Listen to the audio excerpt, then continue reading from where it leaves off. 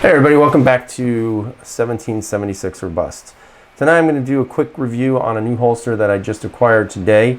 Talk a little bit about some of the older holsters that I've owned. One that you won't see tonight is this one here. That's the Tactical Justice one. Figured I already did a review on it, so if you're interested, help yourself watch the video. By the way, great holster. And ordered another one. Now, these three you see in front of you are all made from Klinger holsters. Again, you can find their website, klingerholsters.com, I believe it is, and you can also find them on eBay as well. The first one here on this side here is going to be their Atom holster. And this holster right here is normally for your appendix carry. I purchased it initially to use for my PPS M2. Did not really care for appendix carry. I don't know how people do it. It just wasn't comfortable for me. Plus, I have something about pointing a gun that's loaded near my junk. So as a result, I no longer carry appendix. But again, that's my personal preference.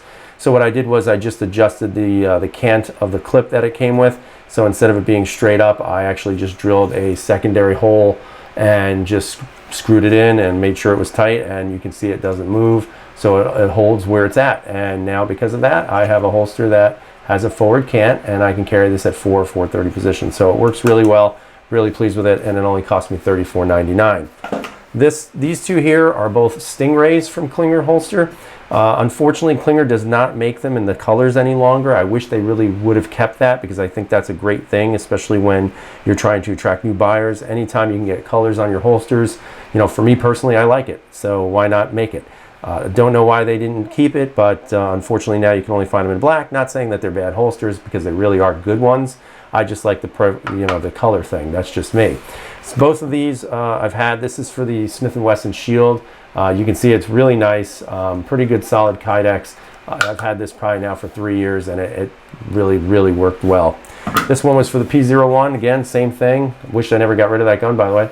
But this P01 was held perfectly in this holster, nice and smooth, no issues with it.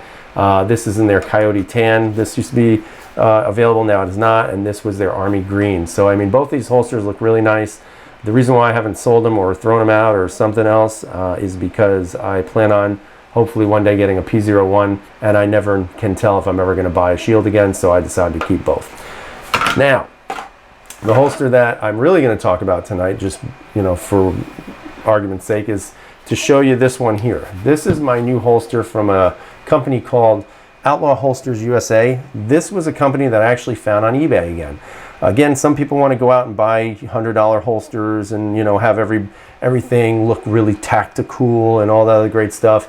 And there's nothing wrong with that. I mean, if that's what you're about, that's cool. I respect that. Again, everybody has their own likes. Me, I'm an FDE fan, so I have my little quirks here and there, and so does everybody else.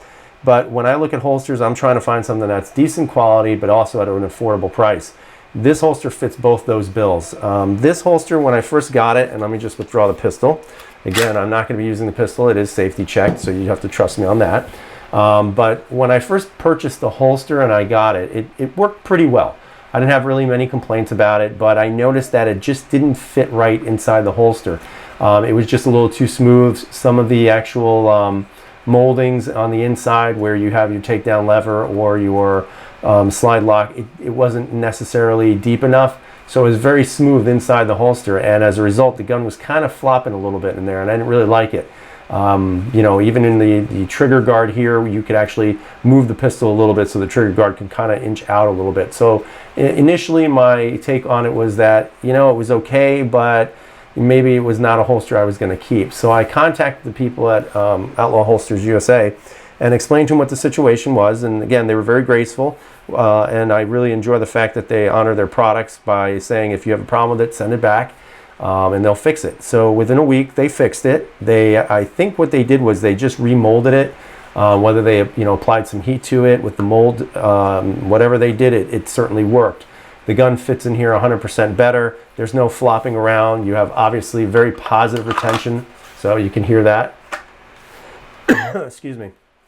So the retention's much better than it was. There is no sloppiness in the trigger guard any longer. The tension screw here is really doing its job. It's holding it very tight in place. I could loosen it up a little bit, but I tend to use a pretty good amount of tension when I have my holsters on. but I can adjust that at any time, so I'm not really concerned about that. The only thing I really did fix when I got it back was just I kind of angled this down a little bit more because I like the cant to go a little bit more forward, so that you have about like maybe a 10 or 15 degree cant on this one. Initially it was a lot straighter with a slight cant, but again, that's just me, and they didn't say that it was going to be canted more than it was. You know, on their advertisement it tells you exactly that it's a very light cant or very small cant forward, so I knew that when I got it. But other than that, this has been a great holster. I wore it all day today. Extremely comfortable, no printing at all, especially for a chubby guy like this on the XD. Not me, the gun. But other than that, this holster I think is going to be a keeper for me. I really like the Cryptic Highlander look. I think it matches really nicely with the FDE. Okay, so if you're into matching your guns with your holster, there you go. Your sweat guard goes all the way up, so you don't have to worry about, you know, your sweat oozing onto your slide and maybe corroding it. Other than that, this fits great, and I would totally recommend you guys going out and buying it. The best part of this holster is the fact that when you go for affordable holsters, you don't necessarily get as good quality as this, but you're getting really good quality, you're getting really good customer service, and here's the best part: $27.99 free shipping and handling. So you don't even have to pay for that. And like I said, you're getting a quality holster for less than 30 bucks. So you can't beat that. And I really enjoy the fact that they were willing to stand behind the product they made. So that says that you have a pretty good business, a pretty good association with your customers, and more importantly, you believe in your product, and as a result, you've just won over a new client. So good job, Outlaw Holsters USA. For those of you interested in buying an affordable Kydex holster, you might want to look at this. I'll put a link in the description so that you can link right over to their eBay page.